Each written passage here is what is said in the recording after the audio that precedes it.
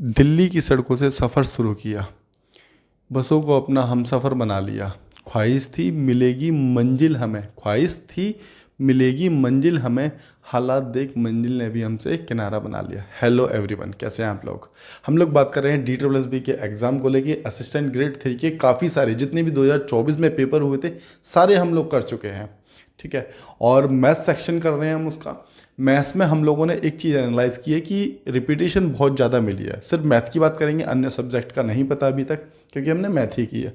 तो रिपीटेशन बहुत मिली है हमें। रिपीटेशन मिली है तो इसका मतलब PY के इम्पोर्टेंट हो गए हैं, PY की इम्पोर्टेंट हो गए हैं। और हमने लगभग सारे PYQ कर लिए जो असिस्टेंट ग्रेड 3 के आए थे। असिस्टेंट ग्रेड 3 का पेपर कर लिया मतलब कि हमने। अब आगे देखते हैं कि कौन सा पेपर करें। कमेंट करके आप लोग बता सकते हैं कि कौन से पेपर कराना है जो 2024 में हुए थे। मैं उसका कलेक्शन करके जैसा भी होगा जल्दी से जल्दी आपको करा दूंगा, ठीक है। मैथ सेक्शन की बात करेंगे, सिर्फ मैथ करेंगे हम उसके फिलहाल के लिए। और साथ ही साथ आप लोग अगर मेरी बात समझ आ रही है, आप लोगों को मेरी भाषा समझ आती है, चीज़ें ठीक लग रही हैं, समझ आ रही हैं, तो अगर आपको ठीक लगता है तो आप चैनल को सब्सक्राइब कर सकते हैं, ठीक है ना। चलिए स्टार्ट करते हैं। 10 क्वेश्चन हम लोगों ने पिछली वीडियो में कर लिए थे, 10 क्वेश्चन यहाँ से स्टार्ट कर लेते हैं।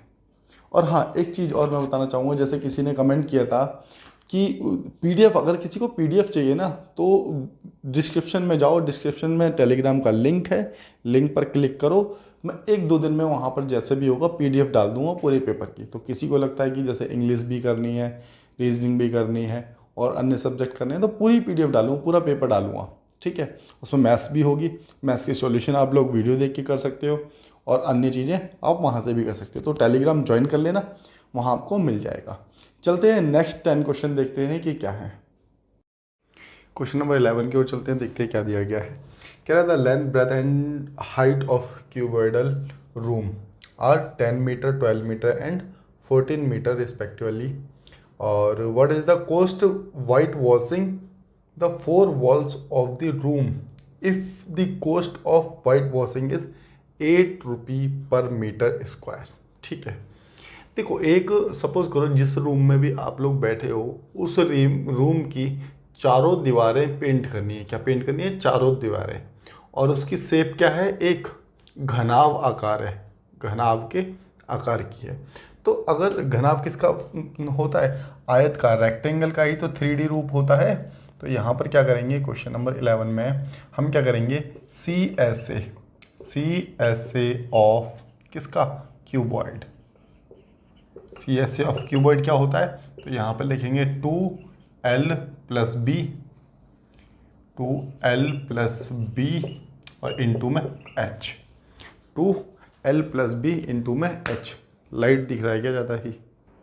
देखो अब ठीक दिखेगा आप लोगों को, है ना। तो CSA ऑफ क्यूबॉइड कितना हो गया? 2L प्लस बी इंटू में H हमारे पास निकल गया, ठीक है। ये फॉर्मूला होता है। अब इसमें बस वैल्यू पुट कर देंगे, कितनी दे रखी है? 10, 12 और 14। 10 दे रखी है, लेंथ ब्रेथ दे रखी है, नहीं लेंथ जो है ज़्यादा होगी, ये 12 हो जाएगी, ये 10 हो जाएगी और ऊंचाई कितनी हो जाएगी हमारे पास? 14 हो जाएगी। तो कितना हो गया हमारे पास? 22 और 22 दूनी 44, 44 मल्टीप्लाई कितना? 14, 14 चौक 56 हो गया, ठीक है। 14 चौक 56, 56 और 5 61 हो गया, ठीक है। कितना आ गया? 616। अब मल्टीप्लाई 8 से और करनी है क्योंकि 8 रुपये के हिसाब से ले रहा है वो, ठीक है। तो 8 6 48। अब यहाँ पर एक चीज़ देखना है ज़रा, लास्ट डिजिट 8 आ गई और किसी और ऑप्शन में 8 नहीं है। तो एग्जाम में हम क्या करते हैं, एग्जाम में तो इसको यहीं टिक करते हैं और चले जाते हैं, ठीक है। यहाँ को पूरा करना चाहते हो कर सकते हो। 8 1 8, 8 4 12, 12 की 2 हो गया, 8 6 48, 48 और 1 49, ठीक है क्या? ठीक है क्या? कुछ गलत कर दिया क्या? 49 28 एकदम ठीक आंसर है, ठीक है। तो मेरे हिसाब से समझ आ गई होगी ये वाली बात भी आप लोगों को, ठीक है। चलते हैं अगले क्वेश्चन की और देखते हैं नेक्स्ट क्वेश्चन में क्या दिया गया है। क्वेश्चन नंबर 12, क्वेश्चन नंबर 12, ठीक है। Find the sale price of shirt whose mark price कितना दे रखा है। देखो, एक का प्रिंट प्राइस दे रखा है, प्रिंट प्राइस बोले या मार्क प्राइस बोले, कितना है? इतना हैगा। अब 15% का डिस्काउंट पर इसे सेल किया कर रहा है, तो सेलिंग प्राइस क्या करेंगे? मल्टीप्लाई 85 कर देंगे। अरे 15% डिस्काउंट है ना, तो 100 में से 15 घटा दो, इसका मतलब 85 में बेच रहा है, इंटू में 100। कैलकुलेशन अपने आप कर लेना, निकल करके आ जाएगा, ठीक है, जो भी होगा आंसर। कमेंट में बता भी सकते हो कि क्या निकल के आया है। चलिए चलते हैं अगले क्वेश्चन की ओर, क्या और देखते हैं क्या दिया गया है। क्वेश्चन नंबर 13, क्वेश्चन नंबर 13 देखते हैं, है ना।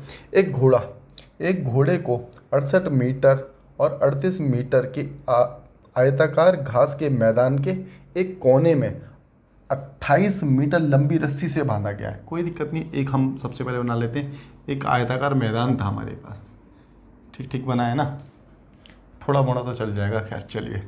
तो इसकी जो लेंथ और ब्रेथ दे रखी है आपको, कितनी दे रखी है एक आयताकार की, 1 मिनट, ये है 68, 68 और ये है 38, ठीक है। यहाँ मान के चल रहे हैं हमने घोड़ा बांध दिया। अब जिस घोड़े को बांधा गया उसकी रस्सी की लंबाई कितनी है, 28 है, समझ रहे हो। अब जब घोड़ा यहाँ बंधा है तो घूमेगा कैसे, अगर मान के चलो इधर दीवार है इधर दीवार है तो वो तो ऐसे ही घूमेगा ना, यहाँ से लेके यहाँ तक घूम पाएगा। बात समझ पा रहे हो। और इसी का एरिया पूछा गया क्वेश्चन में, किसका एरिया पूछा है, बस इसका एरिया पूछा है। अब एक चीज़ देखो, अगर मैं बनाना चाहूँ तो इस प्रकार से पूरा एक सर्कल बना दूंगा, इसको ध्यान में रखते हुए। थोड़ा सा टेढ़ा मेढ़ा बन रहा है, खैर कोई नहीं, समझ जाना। इसको थोड़ा सा और घुमावदार बना लो, ठीक है, कुछ ऐसे बनता, ठीक है। ये मान के चलो इसका सेंटर है, अभी भी थोड़ा सा वैसा बन रहा है, ठीक है, ये इसका सेंटर है। तो ये देखो, ये तो रेडियस आ गई कितनी, 28 रेडियस आ गई हमारे पास, ठीक है। तो अब हमें ये क्या है, ये 1/4 हो गया किसका, सर्कल का 1/4 हो गया। तो इसका मतलब हम क्या करेंगे, पाई आर स्क्वायर डिवाइड बाई 2 कर दो, डिवाइड बाय 4 कर दो, 2 नहीं 4 करेंगे, क्योंकि ये 4th पार्ट है ना, 4th पार्ट है, तो हमने क्या कर दिया, डिवाइड बाय 2 कर दिया। एक ये तरीका, एक ये भी तरीका हो सकता था आपकी पाई आर स्क्वायर थीटा बटे 360 कर देते, तो भी आपका क्या निकल जाएगा, त्रिज्याखंड का एरिया निकालने का ये भी एक फॉर्मूला है। जैसे मर्जी कर दो, यहाँ थीटा कितना आता, 90 डिग्री आता, ठीक है। लेकिन ऐसे ना करके ऐसे भी कर लो, तो 22/7 हो गया यहाँ पर, 22/7 गुणा में आर की वैल्यू हमारे पास 28 हैगी, मल्टीप्लाई में आर की वैल्यू 28 हैगी, ठीक है। और डिवाइड बाय 4 भी कर दो साथ के साथ, 7 चौक 28, 4 से 4 चला गया, मल्टीप्लाई कर देंगे हम इसकी 28 की मल्टीप्लाई 22 से कर रहे हैं, 8 दूनी 16, 8 2 दूनी 4, 4 और 1 5, 56, और यहाँ पर आ गया 56। तो कितना हो गया यहाँ से निकलने के बाद, 616, 616, ठीक है। तो यही क्या हो जाएगा, आपका आंसर हो जाएगा।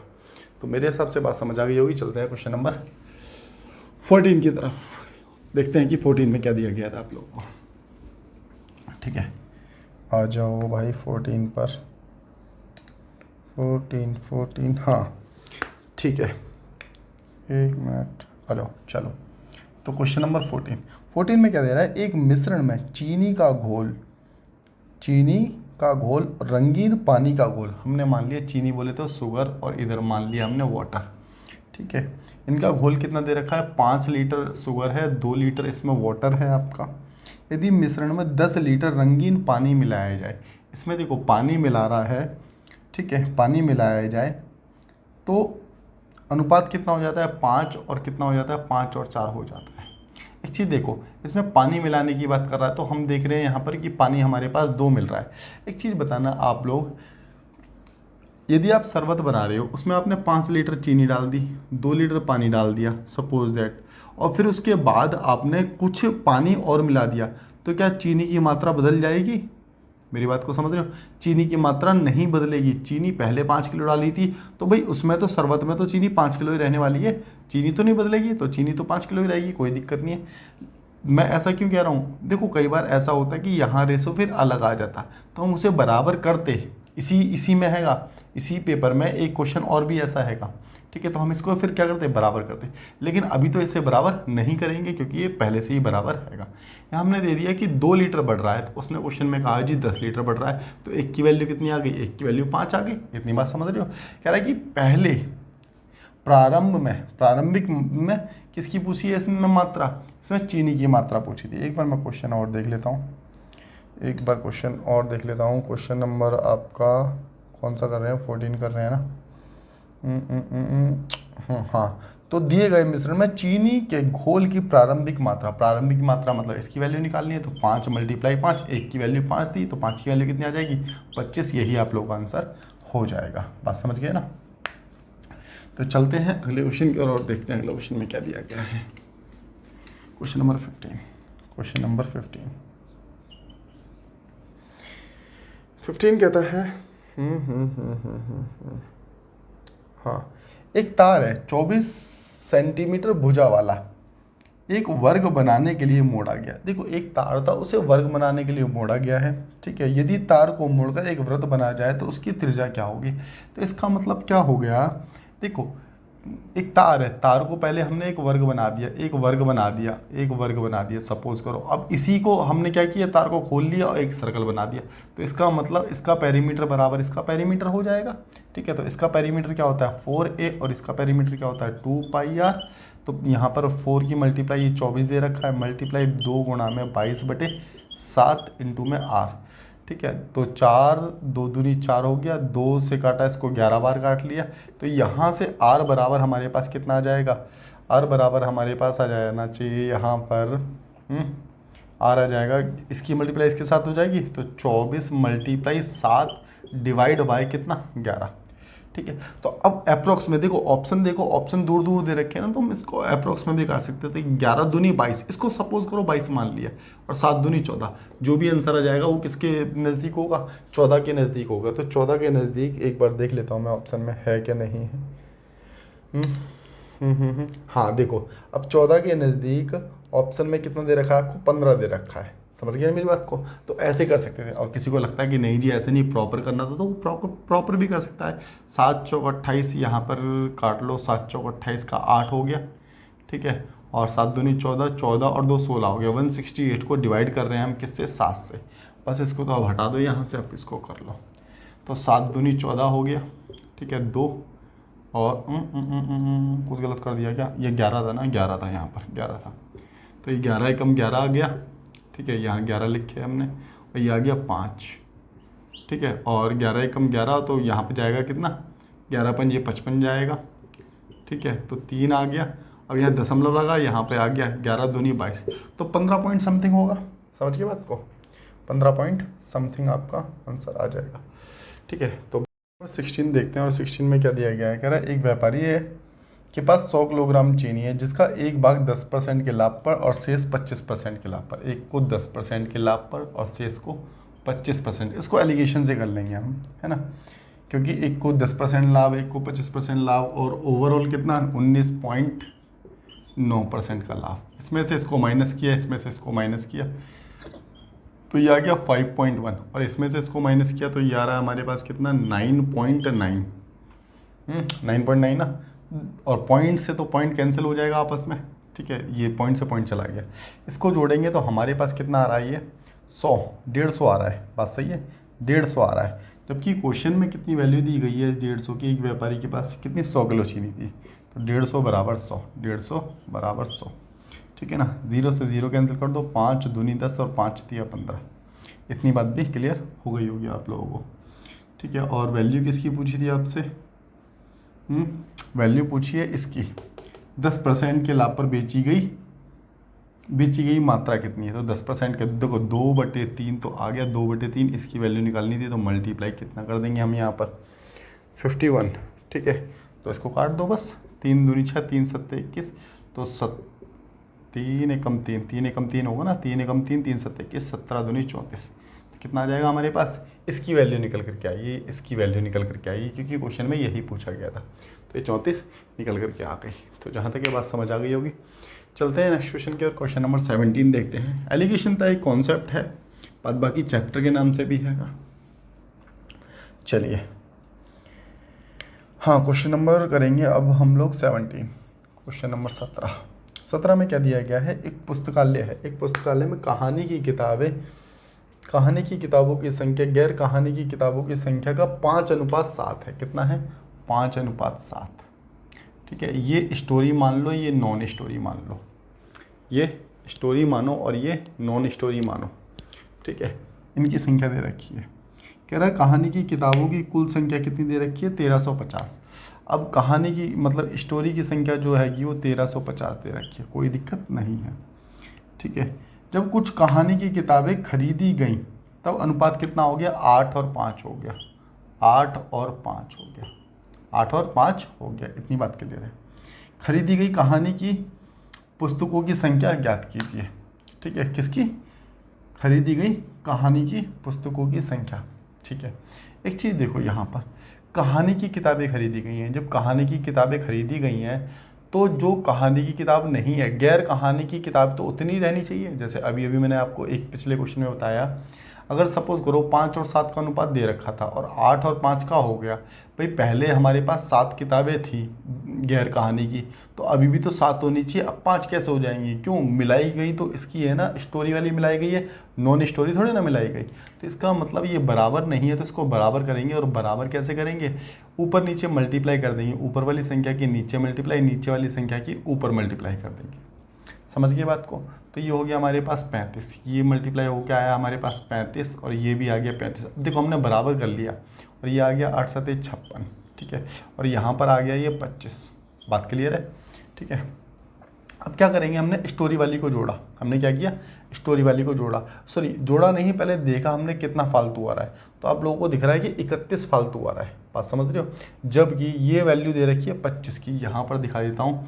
25 की वैल्यू दे रखी थी कितनी? 1350। उसने स्टोरी वाली दे रखी थी ना, और हमें वैल्यू निकालनी है अब किसकी? 31 की, क्योंकि 31 बड़ी है। 56 में से 25 माइनस करेंगे 31 आएगा। तो इसको काट लो। 25 पंजे 125, और बचा कितना? 25 चौक 100, ठीक है। 31 बार जाएगा तो कितनी बार जाएगा ये? हाँ 54 मल्टीप्लाई 31 कर दो, ठीक है। तो ये हो गया 54, और 1 मिनट दिख नहीं रहा होगा ना तुम्हें, है ना? 4 एकम 4 हो गया। एक बार मैं कर ही लेता हूँ मल्टीप्लाई। जब मल्टीप्लाई करोगे तो आपका मल्टीप्लाई कर लेना तुम लोग, ठीक है ना? मल्टीप्लाई करोगे तो 1643 आ जाएगा आपका। कितना आ जाएगा? 1643। 54 की मल्टीप्लाई किससे करनी आएगी? एक मिनट 1643 नहीं आएगा भाई, कुछ गड़बड़ कर दी क्या हमने कैलकुलेशन में? 25 चौक 100 हो गया ना, 25 पंजे 125 हो गया, 10 बचा, और 25 चौक 100 हो गया। एक गलती से 1350 लिख दिया, यहाँ पर जो वैल्यू है 1325 है। अब ठीक आ जाएगा आप लोगों का, 1325 है, ठीक है। तो ये हो गया कितना? 25 पंजे 125, और बचा कितना हमारे पास? 5। इसको 5 से काट लो, 5 25, और ये गया 5 दूनी 10। कैलकुलेशन ज़्यादा ही गलत कर रहे हैं आज। 5 दूनी 10 गया, और 5 30 गया, 5 25 गया, 5 25 गया, और हमारे पास 5 दिया 15 गया, ठीक है। अब इसकी मल्टीप्लाई करोगे तो कितना आ जाएगा? 1600। कितना आ जाएगा मल्टीप्लाई करने के बाद? 1643। अब आ जाएगा आपका 1643, ठीक है। तो बात समझ आ गई होगी, थोड़ी सी गलती हो गई थी कैलकुलेशन में, बाद बाकी क्वेश्चन एकदम ठीक है। चलिए क्वेश्चन नंबर 18 की ओर चलते हैं और देखते हैं 18 में क्या दिया गया है, ठीक है। 18 में क्या दिया गया है देखते हैं। 18 कह रहा है कि रोहन अपनी साइकिल पर यात्रा कर रहा है और उसे गणना की, यदि वह 12 किलोमीटर प्रति घंटे से यात्रा करता है तो वह दोपहर 2 बजे पहुंचता है। यदि वह 18 किलोमीटर प्रति घंटे से चलता है तो वह 12 बजे पहुंचता है। एक चीज़ बताना है, स्पीड देखो। पहले स्पीड थी उसकी 12 किलोमीटर पर आवर, ठीक है। फिर उसकी स्पीड हो गई 18 किलोमीटर प्रति घंटा। अगर हम इसकी बात करें, हम इसको काट नहीं रहे, देखो यहाँ से 6 से काटेंगे तो 6 तिया 18 और 6 दूनी 12। देखो रेशो मैं बता रहा हूँ इसलिए क्योंकि टाइम का रेशो निकाल लेंगे, हम स्पीड को नहीं काट रहे। तो इसका मतलब ये 3 आ गया, ये 2 आ गया, इस 3 2 को हटा दो फिलहाल के लिए। स्पीड का उल्टा टाइम का रेशो हो जाता है, ये 3 2 आ गया। अब इसकी वजह से पहले तो वो 12 बजे पहुँच रहा था, फिर 2 बजे पहुँच गया। पहले वो 2 बजे पहुँचता था, फिर 12 बजे पहुँचने लगा। तो इसका मतलब यहाँ पर हमारे पास टाइम का अंतर आ रहा है 1, और उसने कहा कि 2 घंटे लेट हो रहा है, या 2 घंटे पहले पहुँच रहा है, 2 घंटे पहले पहुँच रहा है। तो 1 की वैल्यू 2 आ गई ना। तो इसका मतलब अगर यहाँ बात करें 2 की वैल्यू 4 आ जाएगी, मल्टीप्लाई 1 की वैल्यू 2, 2 की वैल्यू 4 आ गई, और 3 की वैल्यू कितनी आ गई? 3 की वैल्यू 6 आ गई।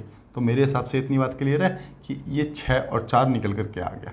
तो इसका मतलब क्या हो गया? यदि 12 किलोमीटर प्रति घंटे से चलता है तो 6 घंटे लगते थे, 18 से चलता था तो 4 घंटे लगते थे, लेकिन उसे पहुंचना है 1 बजे। तो 1 बजे मतलब कि इसके बीच में पहुंचना है।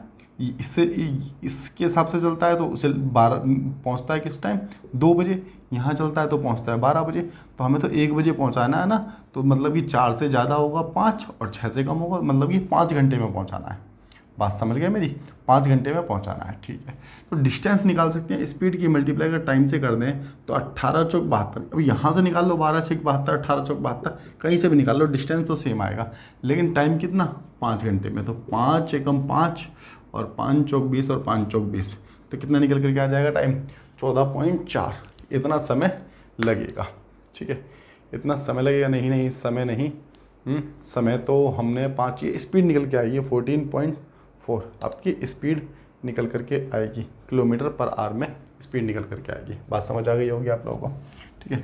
चलते हैं अगले क्वेश्चन की और देखते हैं कि अगला क्वेश्चन क्या कहता है। क्वेश्चन नंबर 19,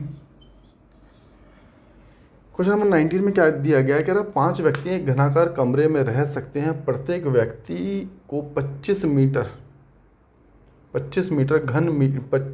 घन मीटर हवा की आवश्यकता होती है। एक चीज़ देखो, ऐसे समझो, घन है, एक क्यूब है, इसमें लोग बाग रह रहे हैं, तो एक व्यक्ति क्या करता है, 5 व्यक्ति हैं और प्रत्येक व्यक्ति क्या करता है, उसे हवा की ज़रूरत है कितनी, 25 की, मतलब कि एक एरिया में उसको जैसे दिया हो गया 25 घन मीटर हवा चाहिए उसे। तो इसका मतलब एक, हम अगर वॉल्यूम की बात करेंगे तो इसमें हवा की तो बात कर रहे हैं हम, एक तरह से हवा की बात करने की, कितनी हवा, अब एक व्यक्ति, टोटल व्यक्ति हैं 5, एक व्यक्ति को 25 हवा चाहिए, तो इसका मतलब टोटल कितना हो गया, 125 हवा चाहिए, तो इसमें 125 ही हवा आएगी। बात समझ पा रहे हो, 5 व्यक्ति इसमें हैंगे, एक को 25 चाहिए, तो इसका मतलब टोटल वॉल्यूम निकाल लिया हमने, कितना हो गया, 125 हो गया। अब इसकी भुजा पूछी थी, तो इसका मतलब क्या है, क्यूब रूट है, किसका क्यूब रूट किसका आएगा, ये 5 का, तो इसका मतलब भुजा निकल करके आ गई हमारे पास, 5 निकल करके आ गई। बात समझ पा रहे हो, कोई भी डाउट बन रहा है तो मैंने कहा ना, कमेंट में बता सकते हो आप लोग, ठीक है। ये क्वेश्चन नंबर 19 हो गया। चलते हैं 20 की ओर और देखते हैं लास्ट क्वेश्चन आज का कि क्या दिया गया था। क्वेश्चन नंबर 20 में दे रहा है, what is the third proportion of 1/8 and 1/12, ठीक है। थर्ड प्रोपोर्शन का मतलब समझते हो, तृतीय अनुपात हो, ए बी और सी डी, हम इस प्रकार से करते थे, तो हम लिखते कैसे, A/B, ठीक है, बराबर होता है C/D के, लेकिन जब तृतीय अनुपात पूछा जाता तो B को रिपीट कर देते, यहाँ पे आ जाएगा कितना, B। बात समझ गए क्या, बस अब इसको रख दो। AB की वैल्यू हमारे पास कितना दे रखा है, 1/8 दे रखी है ना, 1/8, ठीक है। B की वैल्यू हमें कितनी दे रखी है कि 1/12, और यहाँ दूसरा B आ जाएगा 1/12, और ये D हमें निकालना है, सपोज करो, ठीक है। देखो ज़्यादा डिटेल में समझना है तो फिर चैप्टर में ही समझ आएगी चीज़ें, ठीक है। तो यहाँ से तो फिलहाल ऐसे समझेंगे, तो ये हो जाएगा 1/8, 1/8 के नीचे हम, मैंने बताया ना अभी, 1/12 रखेंगे, तो ये 12 ऊपर जाके 1/3 मल्टीप्लाई हो जाएगा, तो ये 12 कितना हो जाएगा, 1 हो जाएगा, यहाँ से ये हट गया, बराबर में है कितना, 1/12, तो 4 तिया 12 और 4 दूनी 8, ठीक है, 2 से काटा 6, तो क्रॉस मल्टीप्लाई हो जाएगी, तो 1/18 आप लोगों का आंसर आ जाएगा। बात समझ आ गई होगी। चलिए आज के लिए इतना ही बहुत है, बाद बाकी मिलते हैं कल। हमने पूरा पेपर कंप्लीट कर लिया है ये वाला, ठीक है। नेक्स्ट वीडियो में मिलेंगे, जब तक के लिए टाटा bye bye, see you soon.